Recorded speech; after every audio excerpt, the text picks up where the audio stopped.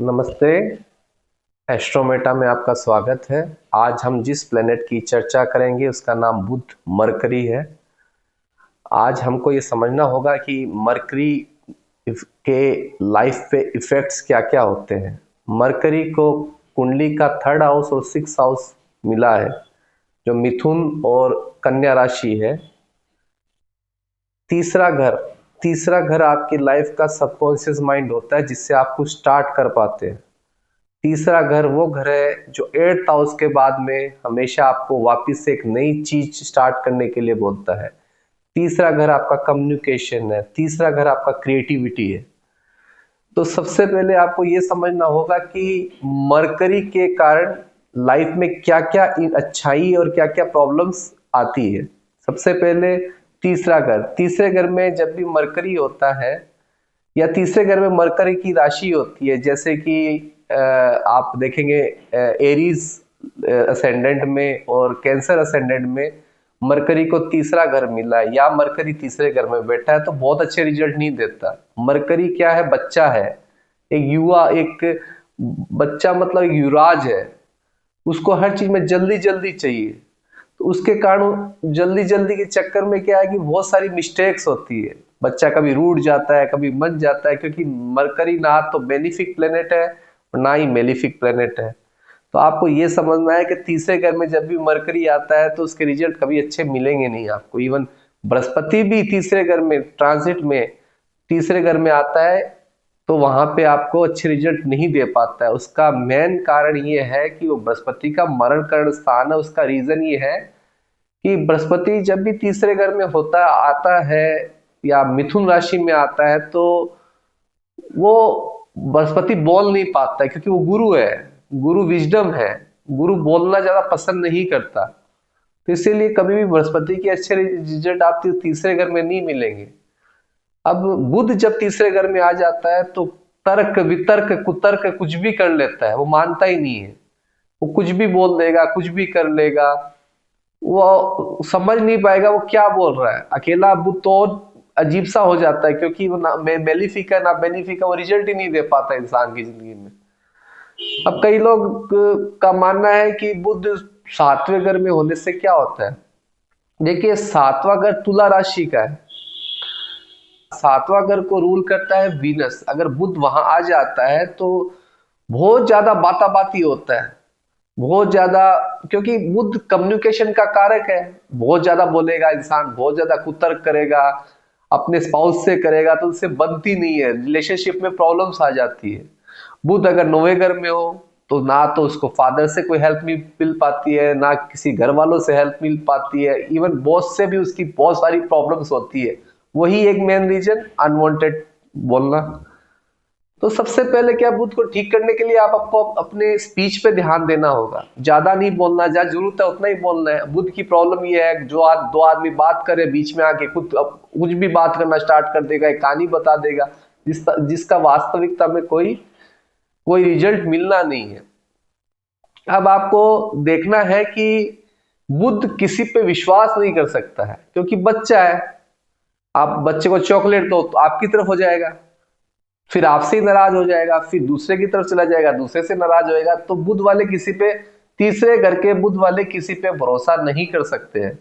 ये सबसे बड़ा प्रॉब्लम है। और 6ठे घर वाले बुध या 6ठे घर में उसकी राशि भी है तो भी वो किसी पे भरोसा नहीं कर पाते हैं। बुध का एक प्रॉब्लम और है, वो बहुत जल्दी दूसरों से इन्फ्लुएंस हो जाता है, दूसरों की बातों में आ जाता है। जैसा कि आपने देखा होगा कि बुध अगर मेलिफिक्स के साथ में है तो मेलिफिक जैसे रिजल्ट देने लग जाता है, बेनिफिक्स के साथ में है तो बेनिफिक्स जैसे रिजल्ट देने लग जाता है। तो प्रॉब्लम क्या है? प्रॉब्लम यह है कि बुध का खुद का वास्तविकता में कोई भी मेलिफिक और बेनिफिक एस्पेक्ट्स नहीं है। अब होता है क्या, शनि के साथ बुध बैठ जाए तो इंसान की जो बोलने का जो तरीका है वो आपको भारी मिलेगा, बेस मिलेगा आवाज में। मंगल के साथ बैठा है बुध तो बहुत ज्यादा रफ मिलेगा। बुध अगर राहु के साथ बैठा है तो आदमी बोलेगा बहुत, अपनी कम्युनिकेशन में बहुत, वो दौड़ दौड़ से अपनी व्याख्यान करेगा। केतु के साथ, क्योंकि रीजन क्या है, राहु के पास सिर्फ फेस है, आप फेस को अगर समझना चाहेंगे, फेस को अगर समझना चाहेंगे तो जो आदमी के पास नीचे का एरिया ही नहीं है तो वो अपना फोकस कहाँ रखता है? ऊपर। और मरकरी अगेन जिसके साथ बैठता है उसका जैसा हो जाता है।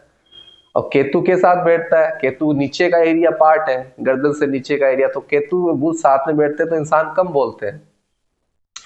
आपको सबसे पहले कुंडलियों पे 20-30 कुंडलियों पे लगा के देखना पड़ेगा, जब समझ में आएगा। आप मेरी बात सुन रहे हैं, आप खुद लगाओगे तो आपको एकदम एग्जैक्टली समझ में आएगा कि मैं क्या बोलना चाह रहा हूं। बुध के अंदर मिमिक करने की बहुत अच्छी खासियत होती है। वो किसी के सिग्नेचर कॉपी कर लेते हैं, किसी की मिमिक कर लेते हैं, आर्टिस्टिक होते हैं बुध वाले। पर प्रॉब्लम ये है कि बुध का प्लेसमेंट और उसकी राशियां कहाँ बैठी है वो आपको देखनी पड़ेगी। अब क्या है, बुध के अंदर एक चीज और है, क्विक रिस्पॉन्ड करना। कोई भी बात तो फटाफट क्विक रिस्पॉन्ड करेगा कोई चीज को। बहुत जल्दी बच्चे क्या करते हैं, बहुत जल्दी नाराज हो जाते हैं, बहुत जल्दी खुश हो जाते हैं, रोते रोते हंसने लगते हैं, हंसते हंसते रोने लगते हैं। तो ये बच्चों का एक रूप है। अब सबसे इंपॉर्टेंट फैक्टर है कि एक मैंने कुंडली देखी थी, उसमें बुध 7वें घर में है और एक किताब के अंदर श्लोक भी है कि बुध जब भी 7वें घर में होता है तो उसका स्पाउस ही उसको मार देता है।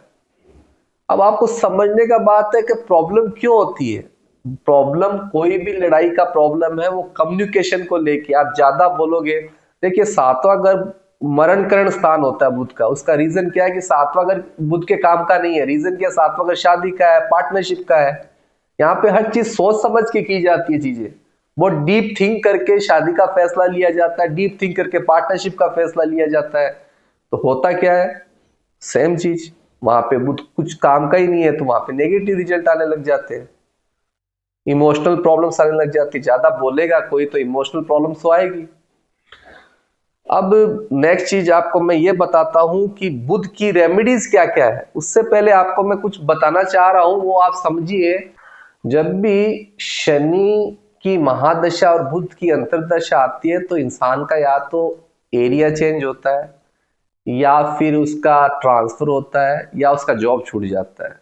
ये मरकरी की अंतर महादशा और शनि की अंतरदशा आती है, या शनि की महादशा और बुध की अंतरदशा आती है, तो ये आदमी का या तो ट्रांसफर होता है, या जगह चेंज होती है, या फिर उसका जॉब छूट जाता है। कारण क्या है? बुध एक बच्चा है, सैटर्न एक बूढ़ा है, सबसे दूर बैठने वाला स्लो मूविंग प्लेनेट है। वो सोच समझ के फैसला लेने वाला है। बुध फटाफट फैसला लेने वाला है, क्विक रिस्पॉन्ड करता है। तो इस टाइम में उनकी कुछ ना कुछ प्रॉब्लम्स क्रिएट होती ही है। ये आप देख लेना, कुंडलियों पे लगा के आपको बहुत इजीली समझ में आ जाएगा। तो ये चीजें कुछ यहाँ होती है। बुध की सबसे अच्छी रेमेडी क्या है? जरूरत के हिसाब से बोलना चाहिए इंसान को, बेमतलब नहीं बोलना चाहिए। कोई बात करा बीच में नहीं बोलना चाहिए। अपने आप को आइसोलेट करिए, 40 दिन तक कंटिन्यूसली ये प्रोसीजर करिए। अपने आप किताबों पढ़िए, अपना सबकॉन्शियस माइंड में पॉजिटिव चीजें भरिए। ये जो स्क्रॉल करना, मोबाइल स्क्रॉल करना, टीवी के साथ कनेक्ट होना, बहुत ज्यादा सोशल साइट्स के साथ कनेक्ट होना, ये बुध के लिए अच्छा नहीं है। तो इससे बुध खराब होने लग जाता है। इवन बाथरूम में मोबाइल ले जाते हैं कई लोग, कई कई घंटा तक बैठे रहते हैं।